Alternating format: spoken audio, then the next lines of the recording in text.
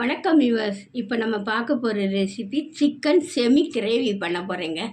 அதுக்கு ஒரு 1/2 kilo chicken எடுத்து க்ளீன் பண்ணி வச்சுருக்கேன்.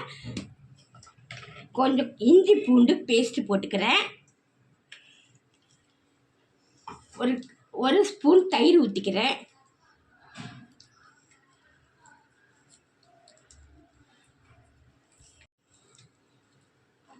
ஒரு ஸ்பூனு மிளகாத்தூள் போட்டிருக்கிறேன். தனி மிளகாத்தூளும் போடலாம். நான் இது சேர்ந்த மிளகாத்தூள், கொத்தமல்லி தூளும் இந்த மிளகாத்தூளும் சேர்ந்து தான் போடுறேன். கொஞ்சம் மஞ்சத்தூள் போட மறந்துட்டேன். கொஞ்சம் மஞ்சத்தூள் போட்டுக்கணும். கொஞ்சம் உப்பு, அந்த சிக்கனுக்கு தேவையான அளவு உப்பு. ஒரு 1/2 ஹவர் ஊறட்டும். ஒரு சட்டி எடுத்து எண்ணெய் காய வச்சுருக்காங்க. எண்ணெய் காஞ்ச உடனே இந்த வெங்காயத்தை எடுத்து போட்டுக்கணும்.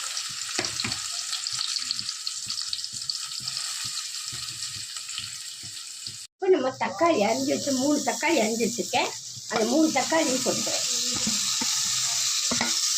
தக்காளி நல்லா மசிஞ்சு வரட்டும்.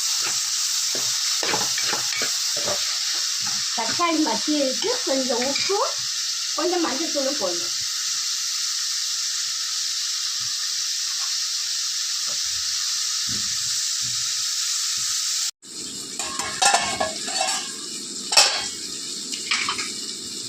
பாருங்கள், நல்லா மசிஞ்சிச்சு. தக்காளியும் வெங்காயம் எல்லாம் நல்லா மசிஞ்சு வந்துச்சு பாருங்கள். இந்த ஸ்டேஜில் கொஞ்சம் கறி மசாலா போட்டுக்கணும். போட்டு நம்ம எடுத்து வச்ச சிக்கன் எடுத்து அதில் போட்டுக்கணுங்க. போட்டு நல்லா கிண்டி கொடுக்கணும் சிக்கனை.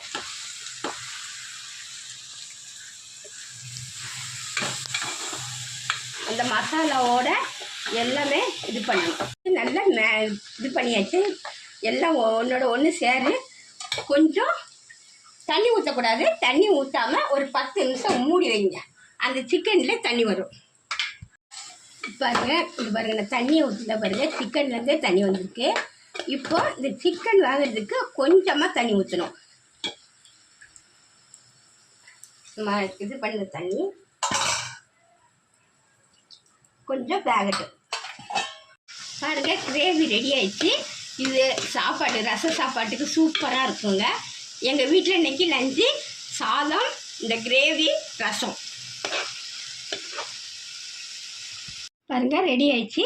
இந்த ரெசிபி உங்களுக்கு பிடிச்சிருந்தா சப்ஸ்கிரைப் பண்ணுங்கள், ஷேர் பண்ணுங்கள், கமெண்ட் பண்ணுங்கள்.